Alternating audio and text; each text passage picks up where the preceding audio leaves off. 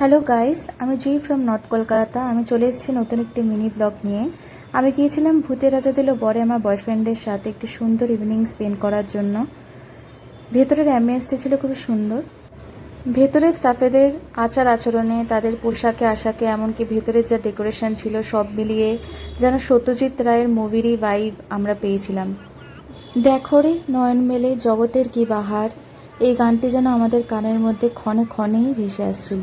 এমনকি ব্যাকগ্রাউন্ডে ভূতেরা দিল বর গানটির ছন্দে অ্যাম্বিয়েন্সটি যেন আরও সুমধুর হয়ে উঠেছিল। বিভিন্ন ধরনের বাঙালিয়ানার গন্ধ আপনি পাবেন। বিভিন্ন ধরনের সেলিব্রেশনের জন্য থালি রয়েছে, মহারাজা থালি রয়েছে। আইবুড়ো ভাত সেলিব্রেট করতে আপনি আসতে পারেন। একদম কবজি ডুবিয়ে আপনার পরিবারের সাথে, আপনার প্রিয়জনের সাথে যদি আপনি বাঙালিয়ানার স্বাদ পেতে চান, তবে এই রেস্টুরেন্টটিকে আমি হাইলি রেকমেন্ড করি আপনাকে। প্রথমেই আমাদের স্টার্টারে ছিল ভেটকি মাছের ফিশ ফ্রাই। এখানে আহার গ্রহণের আগে হাততালি দিতে হয়। প্রথমবারে হাততালিটা ঠিকমতো পড়েনি, তাই সেকেন্ড টাইম আবার দিলাম। ভেটকি মাছের ফিশ ফ্রাইটি ছিল অসাধারণ খেতে, আমার খুবই ভালো লেগেছে, খুবই সুস্বাদু ছিল। তারপর আসি মেন কোর্সে।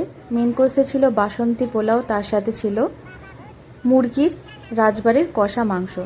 স্টাফেদের আচার আচরণ খুবই ভালো ছিল, তারা নিজেরাই সার্ভ করে দিয়েছিলেন।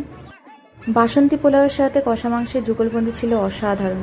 আর শেষ পাতে ছিল পানটি অবশ্য আমি খাইনি, আমার বয়ফ্রেন্ডই খেয়েছে, কিন্তু দিনটি আমাদের খুব ভালো কেটেছে।